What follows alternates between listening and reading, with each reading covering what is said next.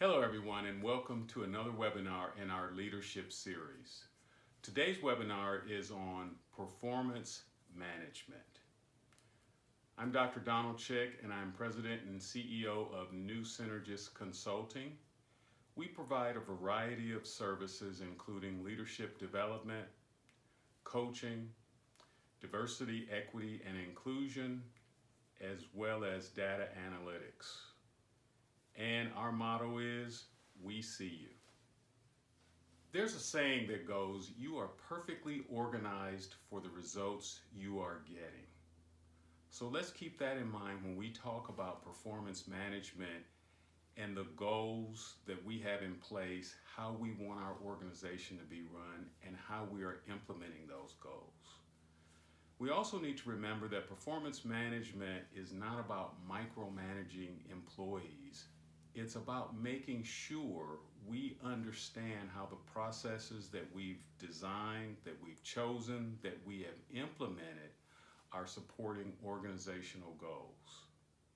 The objectives for today's workshop are to define performance management so we understand what it is, what it means, and the importance of it. We want to talk about how to provide feedback to our employees, and finally, how do we effectively set goals that are realistic, that will help us reach our mission, our vision that we've already settled on. There are 5 areas of performance management to consider: planning work and setting expectations, monitoring performance, developing the capacity to perform, periodically rating performance, and finally, rewarding performance.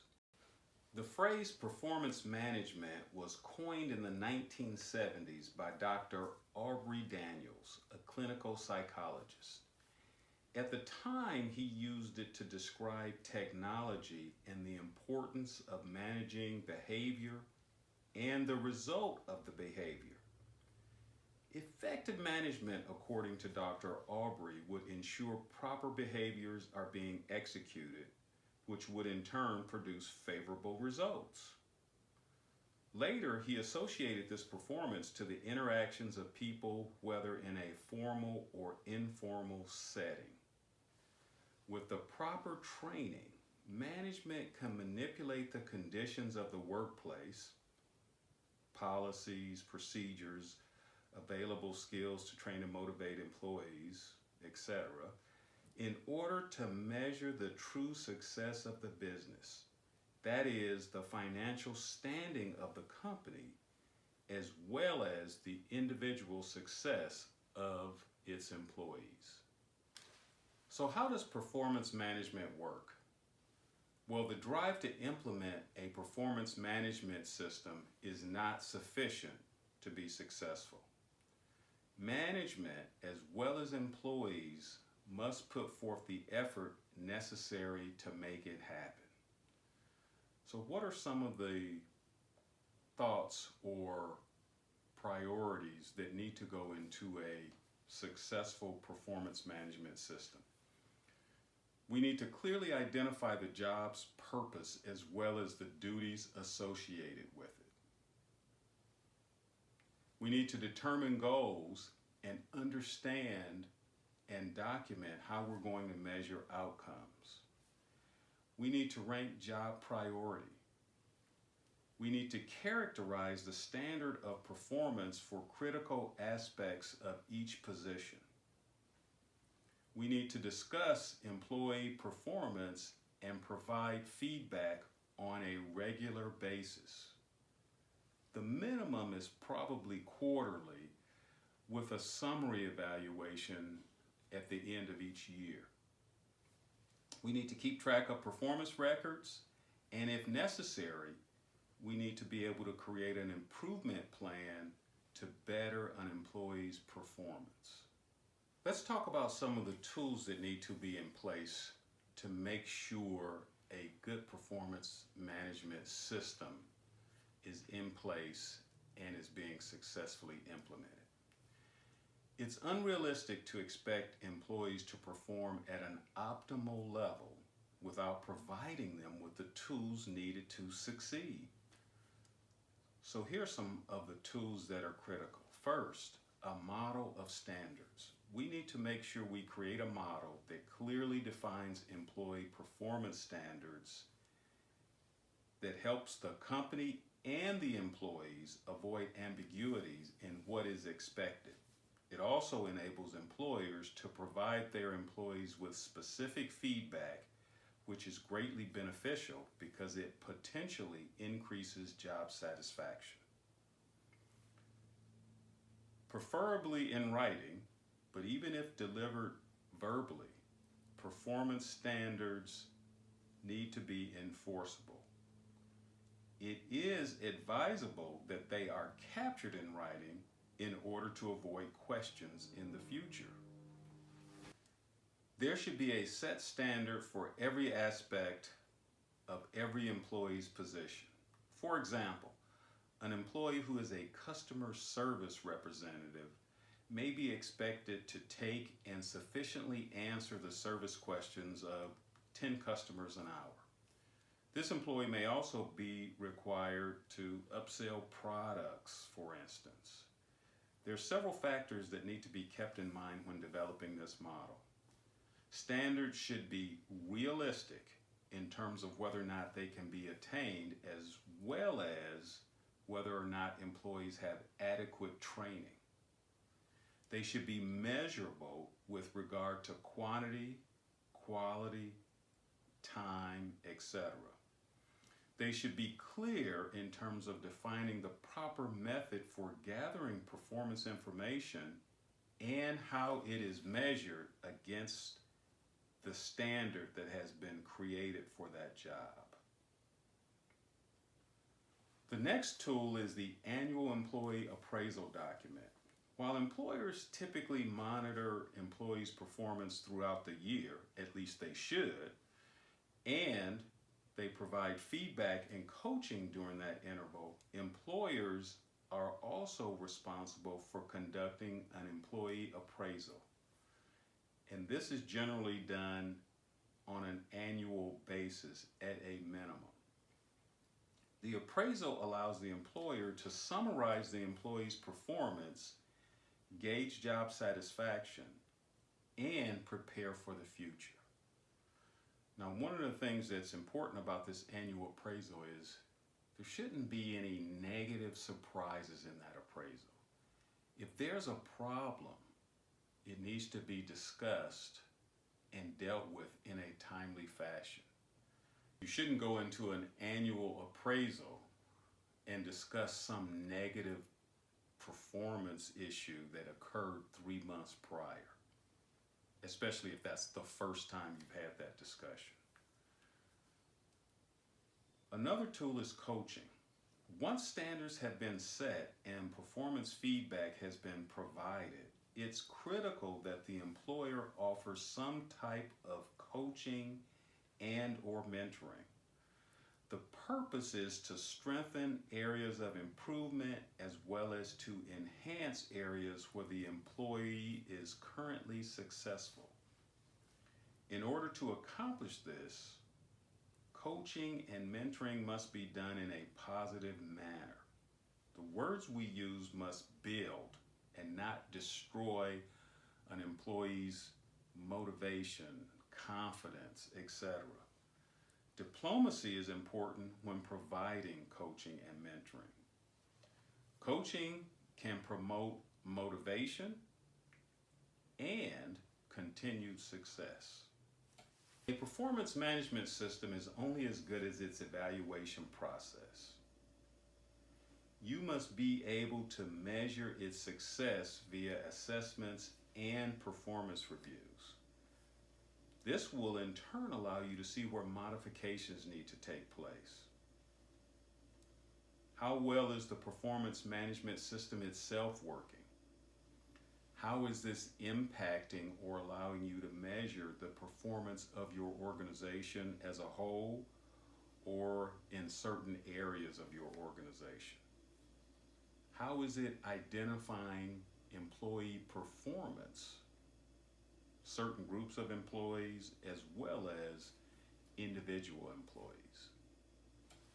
If you're planning to undertake modifications to your performance management system, or you're planning to implement one, it's important to look at this process as a change management process, or in other words, how are you going to lead these changes? And we talk about change management in great detail in some of our training programs, as well as in one of our leadership webinars. But for this webinar, we want to use a process that was created by Kurt Lewin in the late 1940s, and he basically identified three main areas that should be looked at: unfreezing, changing, and refreezing. In phase one that we call unfreezing, it's extremely important that you understand change and how it takes place. This phase is crucial because it includes coming to the realization that change needs to happen. It also requires one to leave that which might be comfortable in order to make this change possible. In order for someone to decide whether or not they are willing to change, they must weigh the advantages and disadvantages of this being done. This concept is what force field analysis is based on. Force field analysis considers the different factors that work for and against the change that one must understand in order to make a decision to make a change. In other words, there's a force field that will make it harder to make changes happen, as well as making it easier. And by understanding our organization, we can create tactics and strategies that make more powerful those forces that can help us change, and make those forces that are impeding our change weaker. In phase two, the actual change or changes that we are advocating for are starting to take place. In Lewin's model, he pointed out that change is not a one-time event that takes place, but rather the transition that takes place as a response to the outward changes that are occurring. Now, due to the uncertainties of what will happen next, this phase is considered one of the most difficult ones to achieve. And because of this, it is important for employees to have access to training and coaching that will help them ease the transition. And if you don't understand how important this is, you are likely to fail. And by many accounts, about 70% of major change efforts fail to meet their intended results. 7 out of 10. So this is a critically important phase. Phase 3 is called freezing, also known as refreezing. This phase is the establishment of new norms and gaining stability after changes have been implemented. This phase can sometimes be misleading though. It might seem to be a long-term state when in fact it is one that can change to unfreezing within a matter of days in many cases. So although this stage cannot be viewed as the last stage, having the ability to successfully make it to this point is a great accomplishment. This could allude to the fact that it is becoming easier for someone to adjust to the change, which is crucial because it tends to happen regularly. Remember, when we talk about technology, it's important to understand that changes are occurring all of the time. And we need to be agile enough to make changes in real time and then make adjustments again as the environment changes. One critical area of a good performance management system is assessments. And I'll talk about three here. And these assessments don't start after an employee is already hired. It starts with the recruitment and hiring process. It starts with understanding what type of employee you need for a particular type of job and creating ways to measure whether or not a given employee or prospective employee will be successful. Another type of assessment is 360-degree feedback. And this is an assessment that allows employees to become more self-aware and allows other employees to anonymously supply information to a particular employee so they can become more self-aware, so they can have a better understanding of how others view their performance and make sure those views are aligned with their views of how well they're performing. Simply, you have supervisors, at least one or two of each employee provide some feedback via a questionnaire. You also have people that work with that employee, and in some cases even clients that interact with that employee. And finally, if the employee is a supervisor or a manager, you have subordinates also provide input. And once we see where there's alignment or misalignment, the employee can then make choices that can support their development and growth, as well as better performance for them and the organization. A third type of assessment is a knowledge assessment. It allows for an understanding of the knowledge that an employee has in terms of competence for the type of job they're doing. It allows the organization to understand what training might be needed when these knowledge-based assessments are provided. It also gives the employee an understanding of where there might be gaps in their knowledge.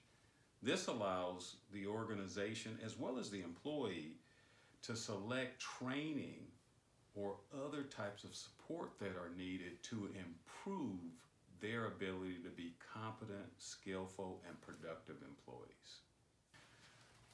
One of the most difficult things that most organizations and employees in those organizations deal with is that annual performance review.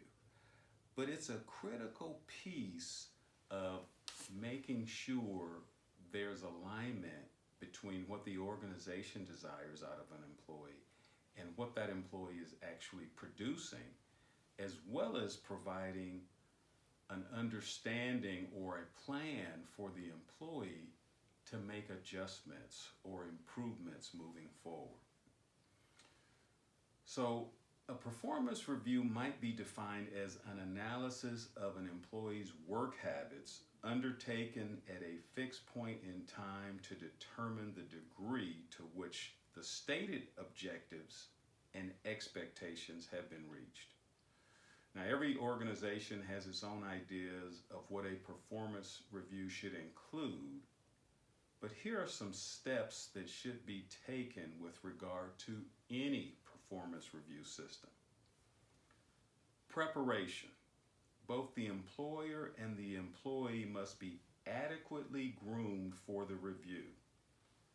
Taking notes, engaging in one-on-one discussions beforehand, making the employee aware of the review in advance are all part of this preparation that should be happening. So a collaborative discussion can be had during that meeting. Prioritizing the meeting. To show the employee that this review is a top priority, there should be a formal agenda that is adhered to. And there should also be no interruptions if possible. And in some cases, we know they happen, but they should be almost insignificant. Encouraging positivity. When speaking to the employee, invoke positive responses by communicating in a positive manner. Clarity. Be sure the purpose of the meeting is clear from the beginning and continues throughout the meeting. Expectations. Review the job description, why it is needed, and the standards of performance that are expected. Explain employees' performance. Discuss the employee's actual performance, whether it fell below, met, or exceeded expectations, and give specific examples as appropriate. Employee feedback. The employee should be allowed to express their concerns and or suggestions.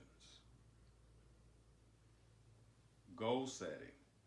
Discuss goals for areas that require improvement. If there are no areas for improvement, then maybe you want to create goals to enhance the knowledge and skills of the employee for personal development, as well as bettering or enhancing the knowledge and skills of the employee. Goal setting. Discuss goals for areas that require improvement. If there are no significant areas for improvement, then create goals to enhance the knowledge and skills of the employee for personal development, as well as bettering the organization, the department, the team, or the company as a whole. Follow-up. Determine the appropriate method and time for follow-up. Remember earlier we talked about probably a minimum of quarterly meetings, and in some cases it should be even more frequent. Closing. The meeting should always end on a positive note. Review the contributions the employee is making to the organization.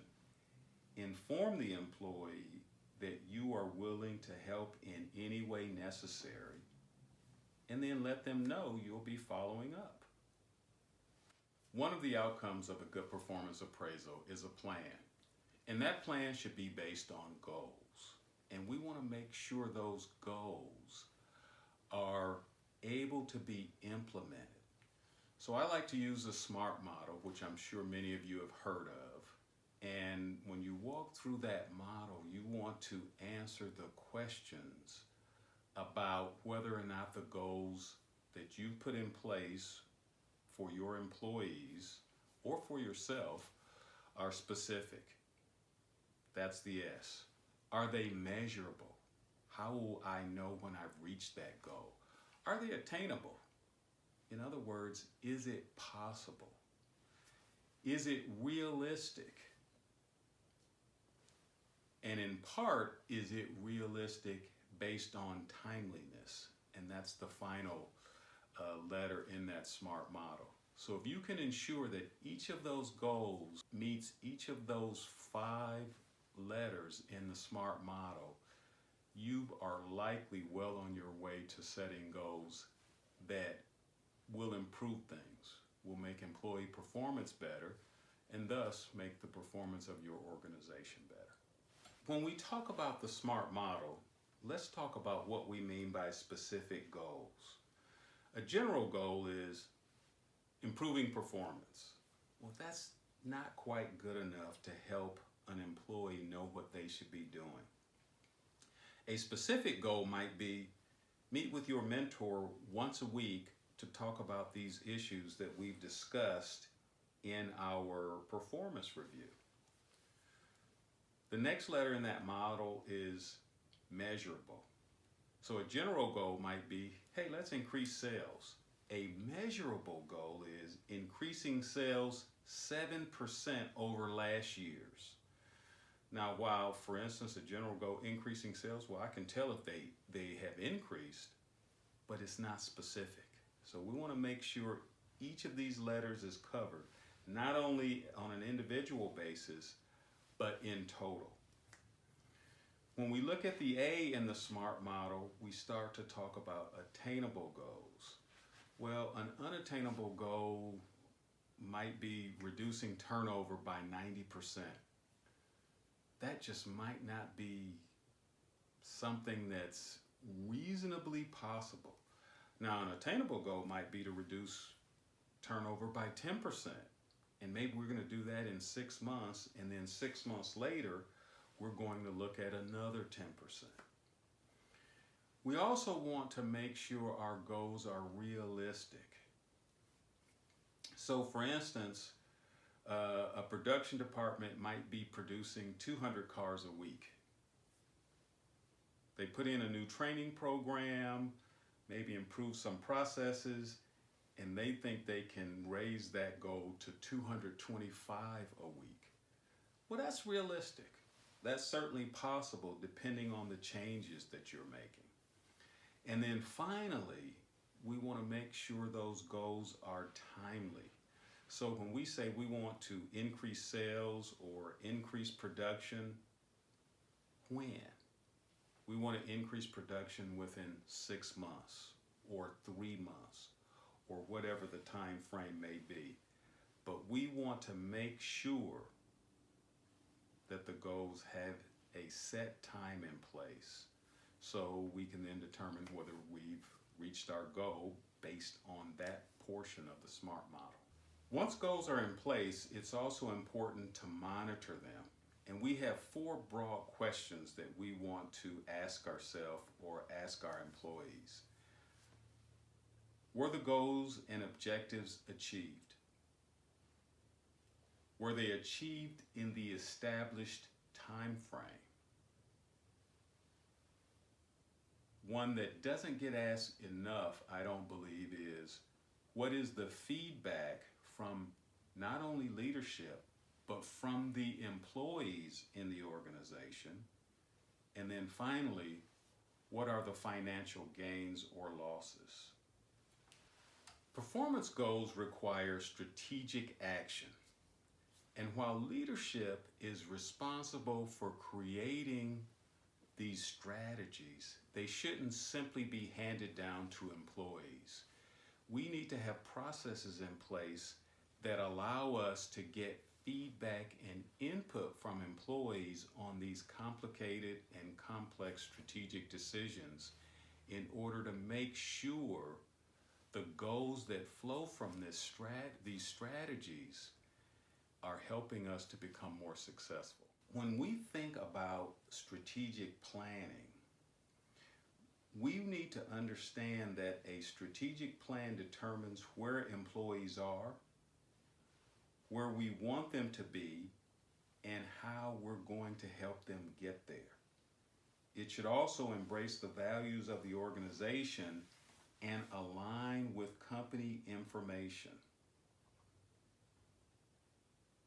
The organization must create a strategic plan before creating performance goals. So some of the main components of a strategic plan are organizational vision, mission, philosophy of the organization, and then goals and objectives. An employee's performance goals need to consider the company's strategic plan. Individual performance goals must be SMART goals that include strategies and actions for employees to take. When creating your performance management system that is aligned with your vision and values, one of the things that needs to be thought about is employee motivation. Performance is directly related to motivation. And motivation is the job of every leader and every manager in the organization. We also need to understand that there's not a single method for motivating employees. People have different personal motives, and leaders must meet the needs of individuals in their organization. So some tips are lead by example. Motivate yourself before trying to motivate employees.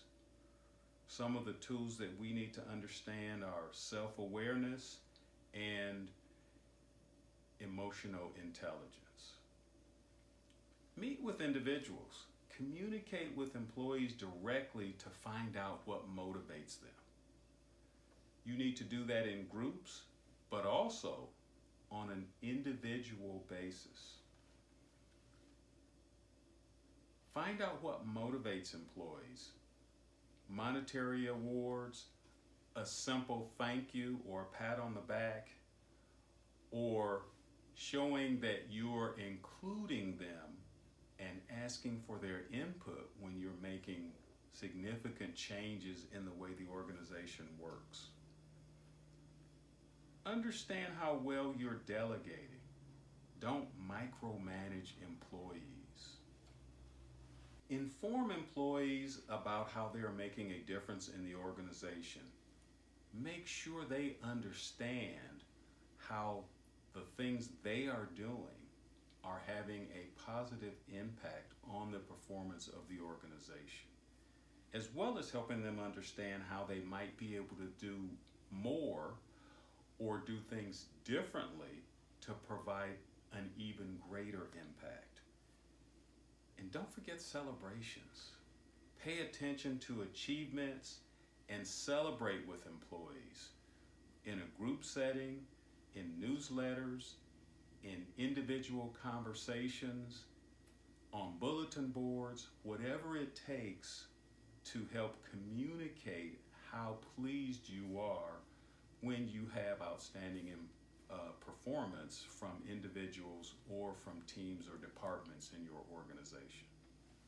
Earlier, we talked about some ways you can help employees as well as the organization understand how well they're doing. We talked about the pre-employment process in terms of how you're rating and ranking individuals and deciding on making selections.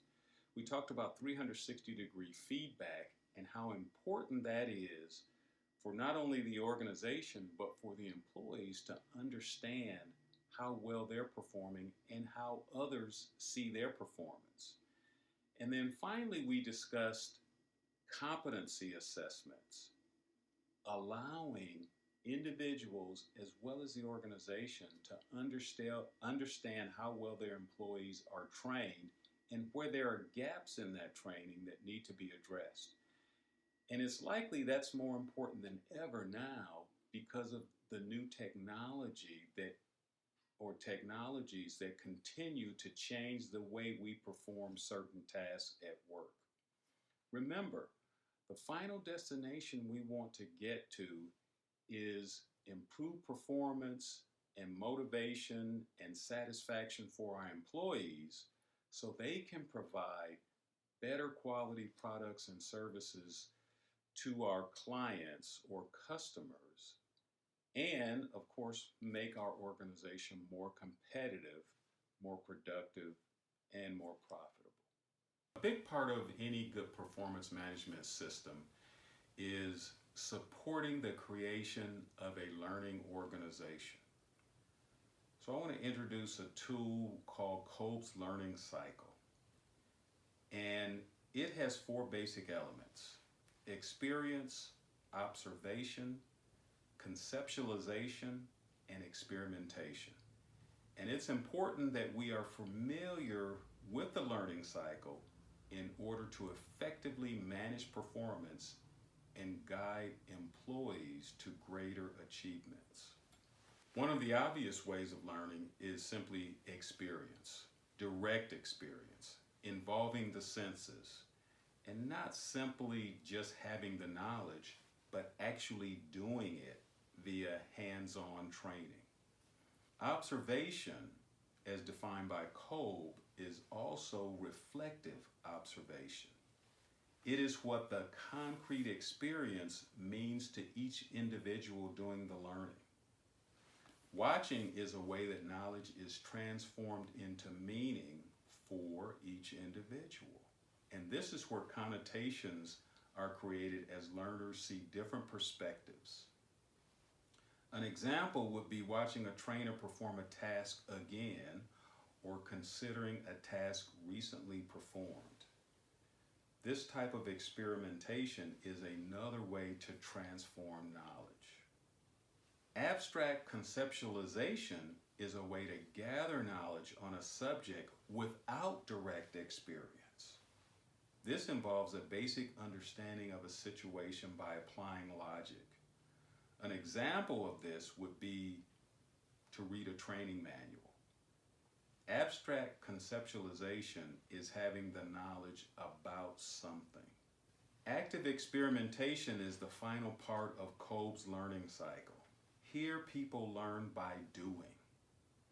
They transform knowledge by acting on it. An example of this would be using a new computer program, for instance.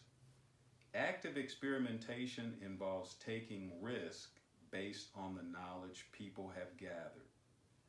And it's important, when appropriate and safe, that we allow employees to take risks while learning. When we talk about risk, it's important for us to understand how we deal with risk. What do we do when someone makes a mistake? How do we react to it? We can communicate that taking risks are okay, but what people will really see in terms of what we desire in terms of risk is how we react when a mistake is made. What type of actions do we take? Do we give our teammate a pat on the back and say, work harder next time? Or do we punish them in some way for making that mistake? And of course, in some cases, it is appropriate to punish because maybe we have a documented process or procedure and for some reason it's being ignored. But that isn't always the case. Do we have pilot programs that we typically allow these projects to be canceled just because the pilot didn't work, for instance?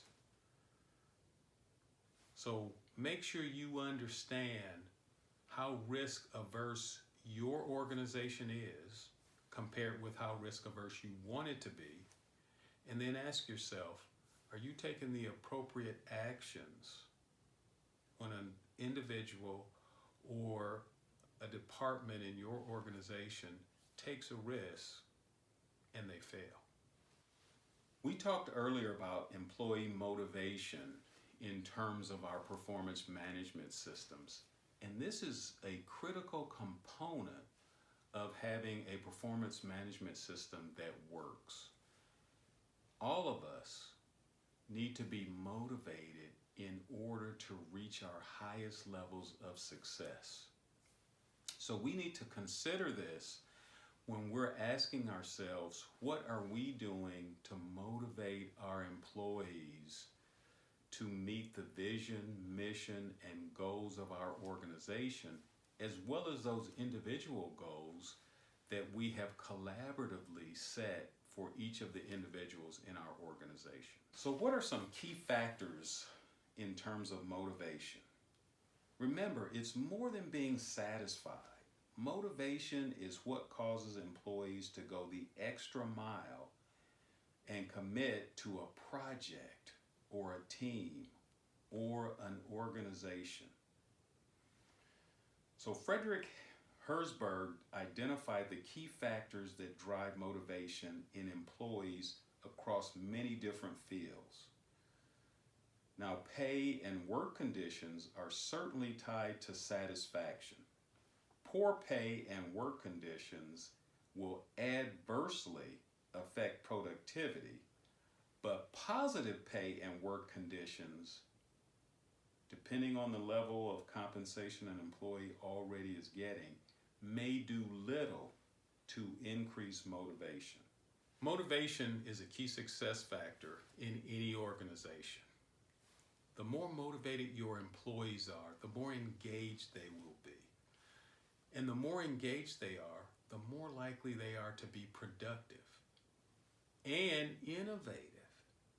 So we need to make sure our supervisors, our managers, our leaders are trained in motivational techniques, and that we have created tools in our performance management systems, coaching and mentoring, for instance, to make sure we're doing all we can to keep every individual in our organization motivated and engaged. So what are some motivators? Responsibility.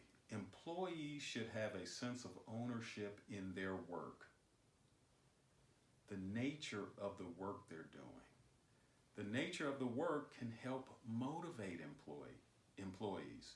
Do they understand why they're being asked to do a particular task? Do they understand the impact of the work they're doing and how it supports the organization's mission, vision, and goals? Recognition. Employee efforts need to be recognized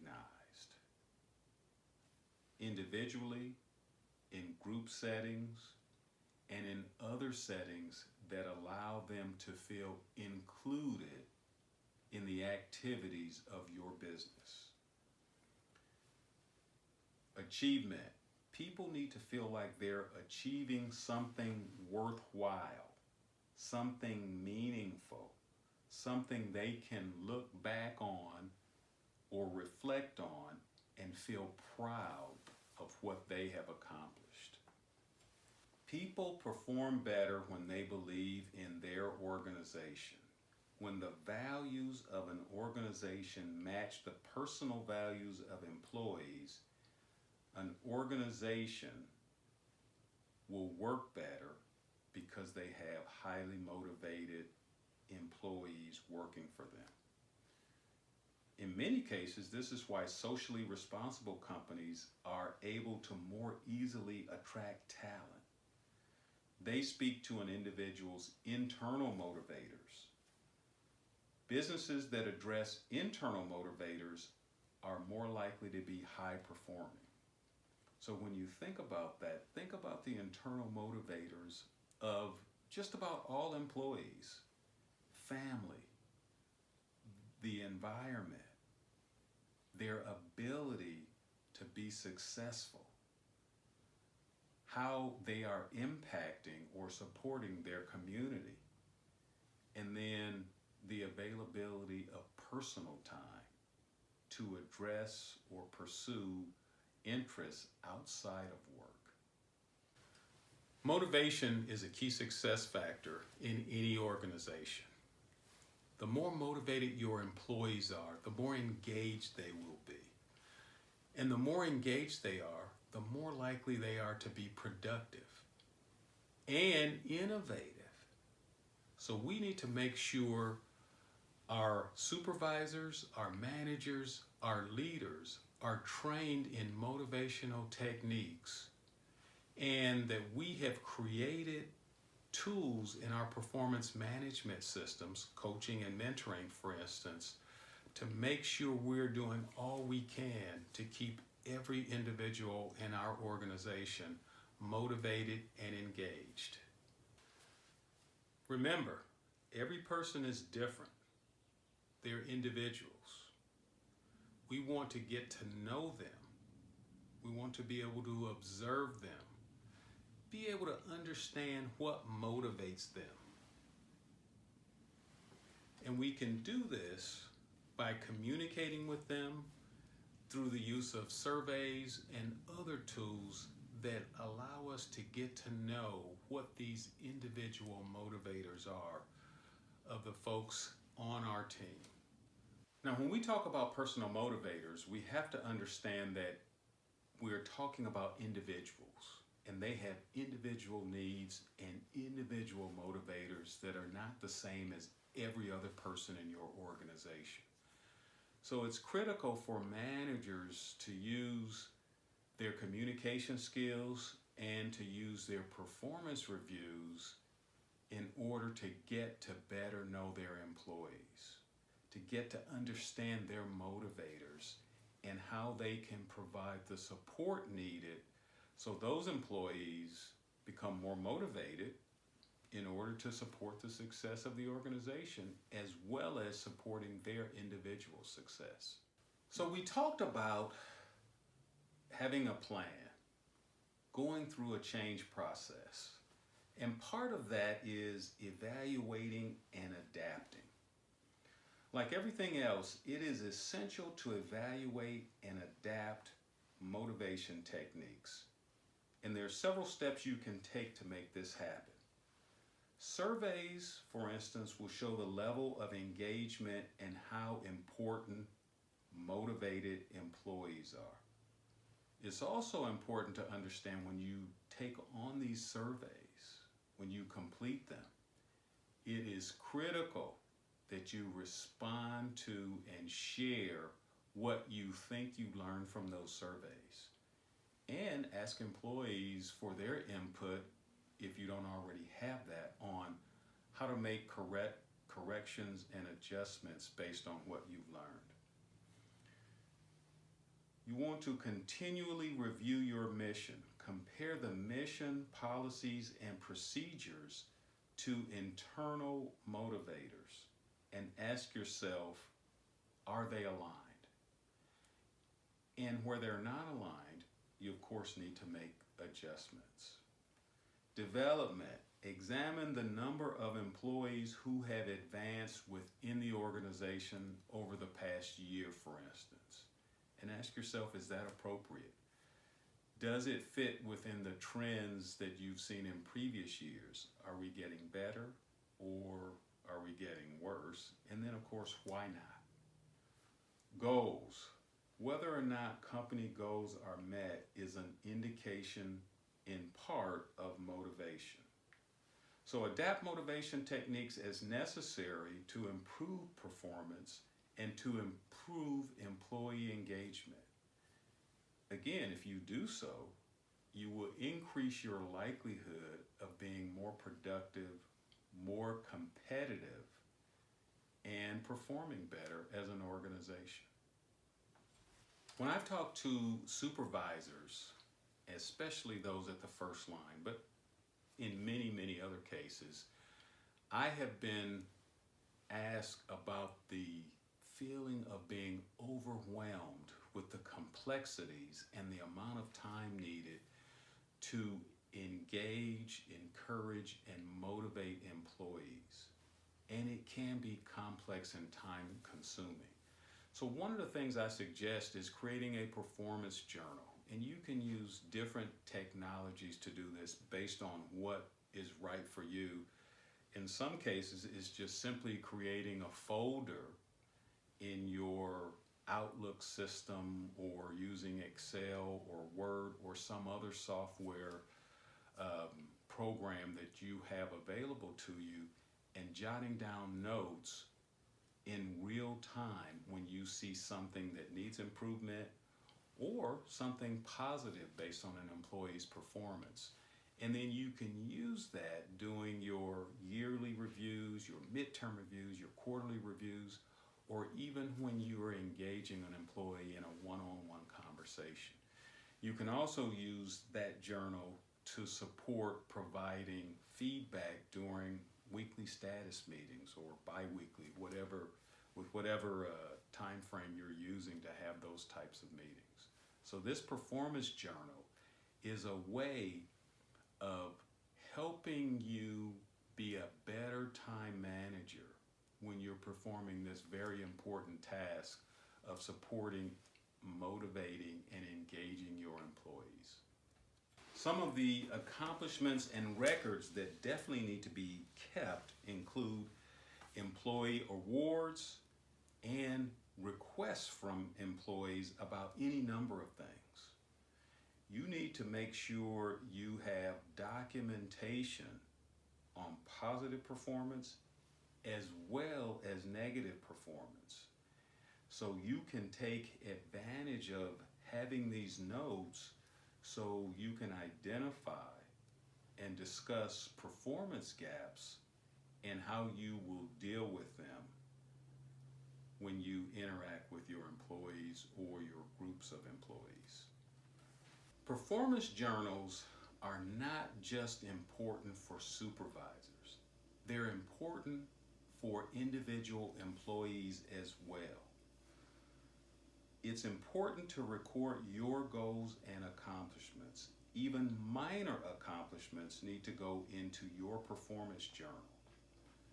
Seeing your accomplishments will encourage you, and seeing your goals will motivate you to continue to working towards them. Comparing goals and accomplishments will also help you focus on what you need to do to improve your performance. So for employees, support your recognitions and awards, no matter how minor. Include your challenges, requests for training, or other help that you have shared with your supervisor in terms of what you need to meet your goals. For the employer, you also need to record accomplishments and provide some detail, including documentation and notes to help support your memory of what actually happened. And then you also need to provide some evaluations and make sure you include performance gaps, why they occurred, when they occurred, and talk about what's needed to make improvements. So when you have that discussion with an employee, you have something to refer to. And in all cases, make sure those discussions are timely. Another area of support is coaching.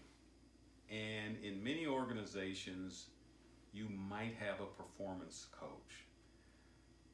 This mostly includes the supervisor or manager acting in their capacity. How well managers coach performance affects the quality of the performance of their employees. Managers need to be able to communicate effectively with each employee and motivate that person to excel. This requires a combination of encouragement, praise, and correction. Assess and coach employees in the following areas. 1. Skills and knowledge. Provide any necessary training. Assess their tools. Make sure the individuals have everything necessary to complete his or her job. Assess the processes. Improve procedures as appropriate to help employees or to instruct them in using different procedures. And finally, assess motivation. Be able to motivate people on a personal and individual level. We are all different, we're all unique, and we need to treat those individuals that work for us, that work with us, in that manner. One of the things I want to make sure we mention too, when we talk about coaching and we talk about mentoring, and we talk about the complexities of being a supervisor or a leader in an organization, it is critically important that we provide all of our supervisors with at least some minimum level of training around coaching and mentoring, so they know how to ask questions in order to get to know the employee well enough to assess not only their technical skills, but their motivation, their levels of engagement, so they understand how to coach and mentor in ways that support motivation and engagement. So although we've talked a lot about motivation and engagement, which are certainly important, we also need to make sure that we let employees know that they are responsible for meeting the goals that we have laid out for them. In all cases, we need to assess whether or not the problem or the gap in performance or meeting goals is a conduct issue or a performance issue.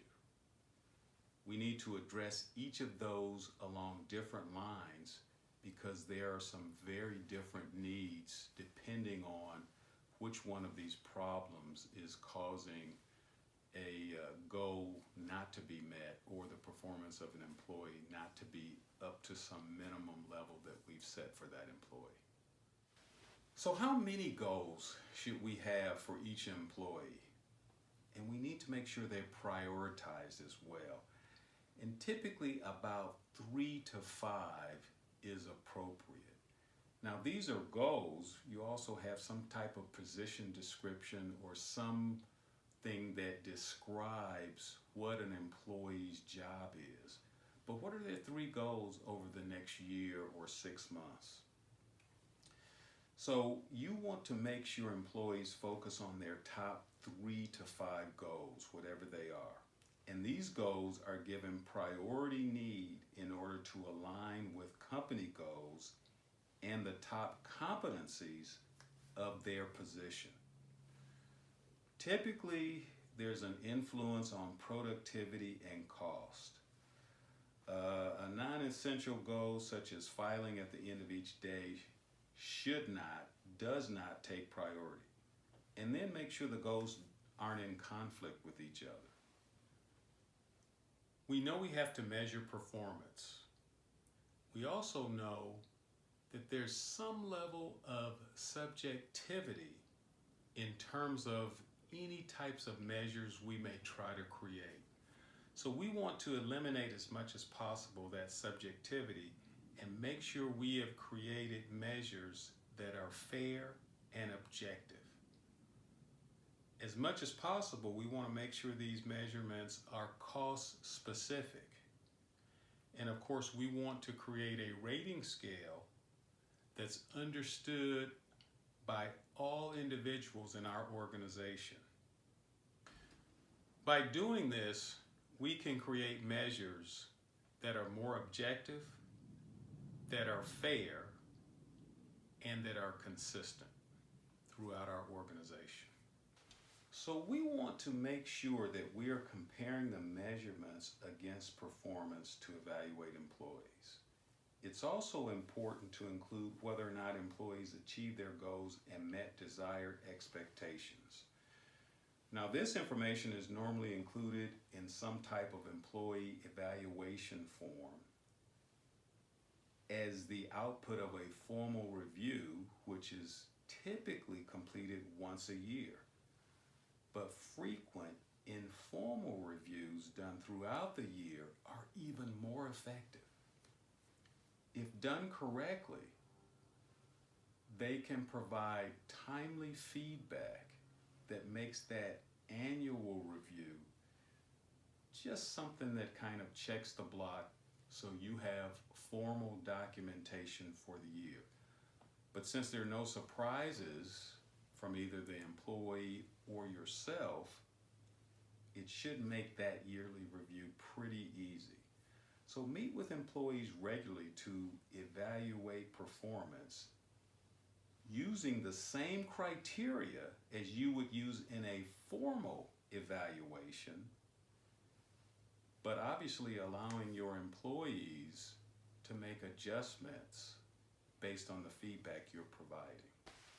This informal feedback is easier because it's not something that's necessarily documented formally in a file that becomes part of that employee's permanent record, so to speak. So as we wrap up this performance management webinar, let's think about 5 components that we've talked about. Planning work and setting expectations, continually monitoring performance, developing the capacity to perform, periodically rating performance in a summary fashion, and of course, rewarding our employees as appropriate. It's important that our systems identify, document, and continually monitor all of those 5 components. And if we're falling short, ask ourselves, why? Which one of these components is not working as well as it should? In addition, we want to examine our mission and vision to make sure those components are aligned with that mission and vision, and that we have created the appropriate incentives, as well as that 5th component, rewards, that help people perform in a manner that we feel is appropriate. So if we are managing those 5 components appropriately, and we understand our culture, and if it's appropriate based on our mission and vision, we can then take the steps necessary to improve performance, improve productivity, and of course, improve the results we are getting. But these 5 components that we've discussed and how to manage these are critical to helping you meet the expectations and create the results you expect from your organization.